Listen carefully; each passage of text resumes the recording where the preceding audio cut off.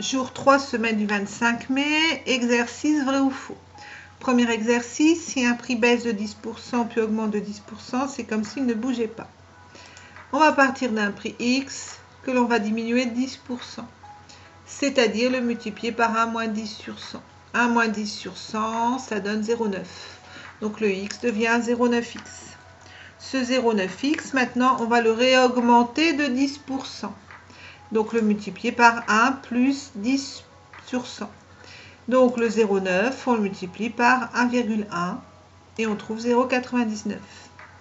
Donc on est parti d'un prix X pour arriver à un prix de 0,99X. Ça veut dire que l'on a multiplié par 0,99. Et donc comme ce coefficient est plus petit que 1, c'est une réduction. Et une réduction de combien? On cherche la différence par rapport à 1. Donc on fait 1 moins 0,99 et on le met en pourcentage. On trouve donc une réduction de 1%. Conclusion, c'est faux. Le prix a bougé, on ne revient pas au prix du départ. Et donc, si on fait une diminution de 10% suivie d'une augmentation de 10%, ça revient à faire une réduction de 1%. Petit b, deux hausses successives de 7%, est-ce que ça revient à une seule hausse de 14%?